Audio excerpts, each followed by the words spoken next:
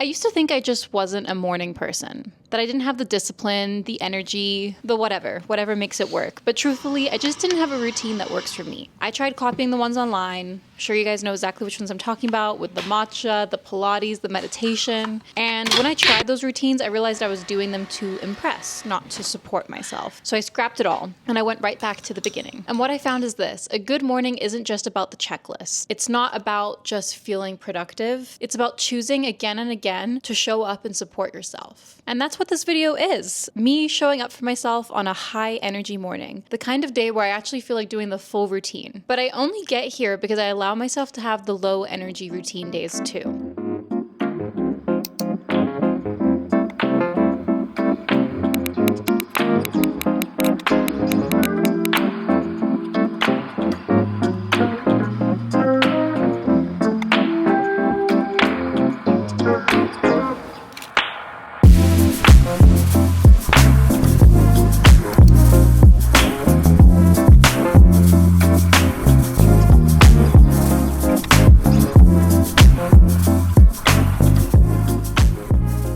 Morning. Today I'm going to be following my high energy morning Notion template. As you can see though, do I feel super high energy? No.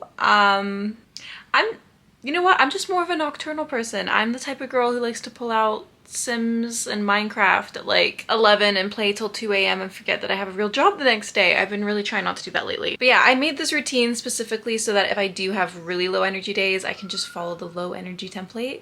And that has been saving me a lot, because then you just feel like you're still getting through what you need to do in the morning, no matter what. But today we're gonna go through my high energy morning routine, even though I am feeling a little low energy this week. But today we were doing the high energy routine, and let's just get through the day. And I want to show you guys what my routine entails and how simple it is to follow. And if you like this routine, make sure to grab it at the end of this video.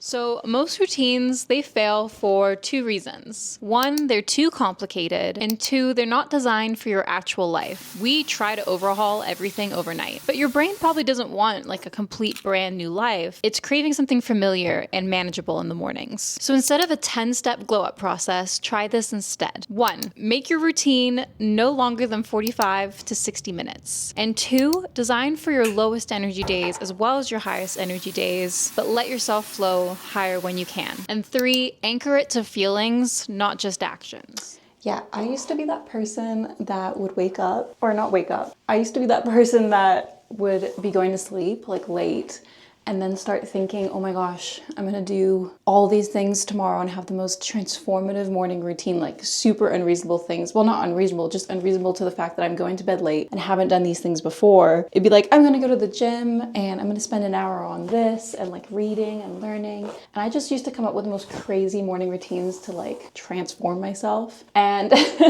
that's why partly I built this template, because I was like, you don't need all of that to like transform yourself. You need to just be consistent to grow and do well in life. And really, like I said, your morning routine does not need to be more than 45 to 60 minutes. You just need to like have a solid one that you show up for consistently. And that's why I do really love that low energy one, because there is no excuse to skip anything. I want you to reverse engineer your mornings. So what do you want your mornings to feel like? They could feel calm. Perhaps that means no phone before breakfast. Perhaps you want them to feel clear, so that means a 3-minute mind dump journal. I like to call it a brain dump. Or perhaps you want it to feel energized, so that could be a 10-minute stretch or a 20-minute workout. You want it to feel more grounded, maybe sit with tea in silence. Or you want it to feel productive, maybe write 3 top priorities in your morning routine. Your actions don't need to be grand, they just need to make you feel good in your own rhythm. That's why my big tip is to create 2 versions of your routine, a minimum baseline and a full version. That way you still win on the slow days. And hint, hint, that's what my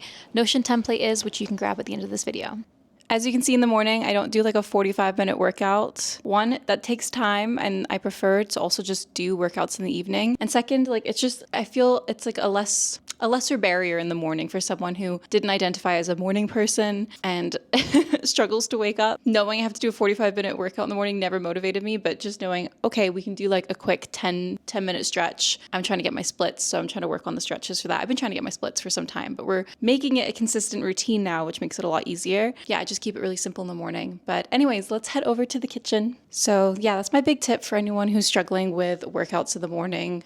Don't force it. Just do what you can and keep it simple. At least when you're building a routine, you can always go back and like do more once you've got the hang of it. But to start, like do not try to like a 45-minute Pilates routine just because you saw a bunch of people on Instagram do it and thought, okay, like this is what I need to be doing in my morning. It doesn't really work that way. So don't worry about it. When it comes to your routine, start soft. My routine begins with a glass of water, then light. Then a stretch or a walk around the room. I don't feel like I need an hour of yoga in the morning, just 5 minutes to wake up my body and get moving. I also used to skip breakfast and crash by 10. But now I eat something small but solid, and I always drink water before I have my coffee. I also find that meal prepping in the ways you can, it doesn't have to be like overdone. For example, I do overnight oats, so usually make sets of 2, like every 2 nights before. It just saves me time in the morning and you're more likely to actually eat it.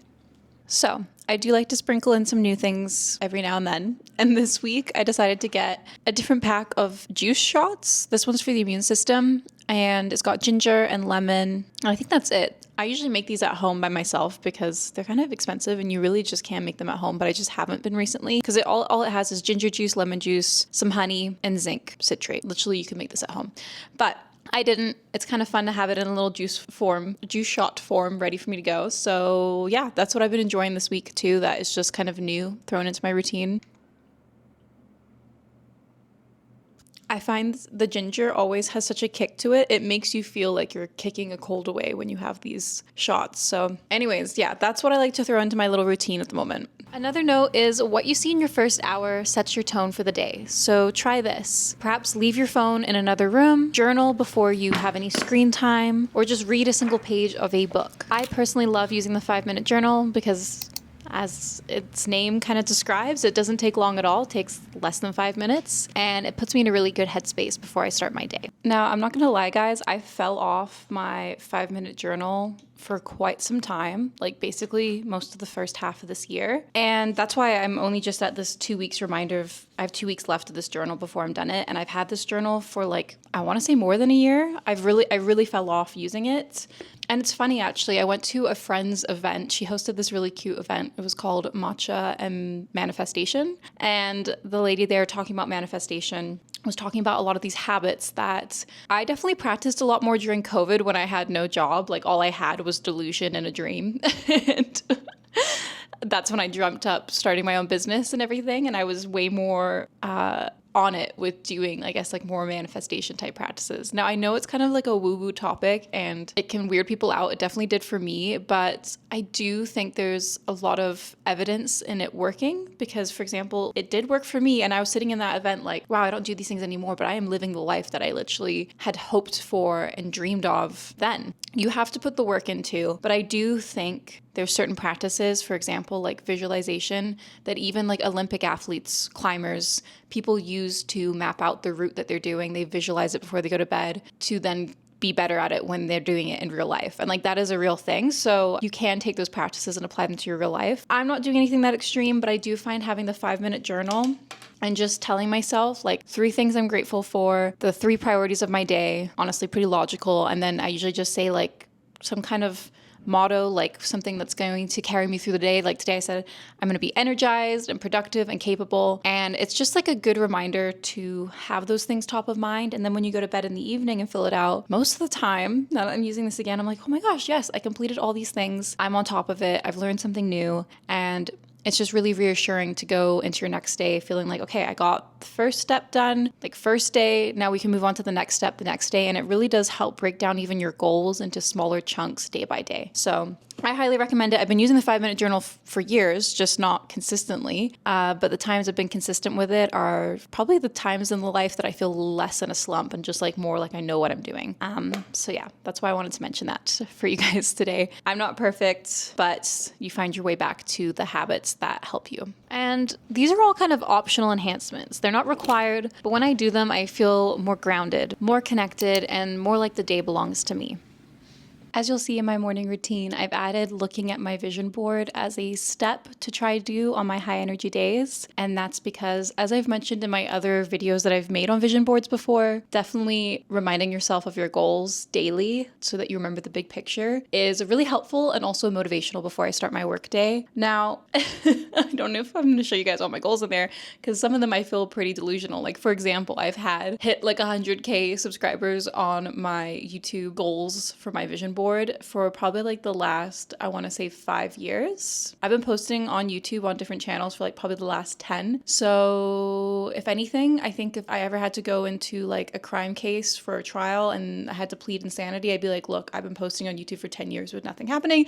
So clearly I am insane. All jokes aside though, if you guys want to help me with my little delusional goal, feel free to hit the subscribe button. I think we're at like 3K right now. So long way to go. But anyways, as I like to say, big picture, motivate you to show up and do things like, for example, filming this YouTube video for you guys today and to just stay on top of like my goals and stay motivated. So I definitely believe in vision boards, and I always say dream really, really big, set your big goals, even if they seem really far away, because you just never know what you're capable of. So yeah, that's my little tangent. But if you have a vision board, put it somewhere you can see it. For me, it's like on my computer in multiple places so I can just like look at it. Anywho, let's get back to work. Actually, let's get started on work. I haven't even started my work today. And here's the big truth, okay? My best mornings don't actually start in the morning. They begin the night before. Even just a little prep, like laying out your clothes the night before, setting out breakfast tools. I like to leave my coffee pod in my coffee cup next to my coffee machine with the water filled, make overnight oats the night before, even jotting down tomorrow's top 3 priorities. It makes it 10 times easier to move through the morning without resistance. It doesn't have to be a whole other routine yet, although I have a template coming for that too, so let me know if you want to see it. But this one shift alone will change how you feel when you wake up. You won't feel overwhelmed, you'll feel prepared. And if you want a full video on my evening setup and a Notion template to go with it, let me know in the comments and I'd love to share that with you next. I love checking things off my Notion to-do list for the night before or the evening before as well. And I like to tell myself that it's not even about doing everything perfectly the evening before. It's just about removing one extra barrier for my morning self. So this is the final reframe, okay? You're not lazy. You're just unprepared. You're out of practice. Pick one thing, do it for 7 days, keep practicing, building, and adding it to routine. Have a low energy day routine and a high energy day routine and show up for yourself in both. Show yourself that you are capable of being consistent in your promises to yourself. You deserve mornings that set you up right for your day. So let me know one feeling that you want to start bringing into your morning routines. The feeling that I want this week in my routine is calmness. So let me know below. I'll be reading every single one. Bye, friends.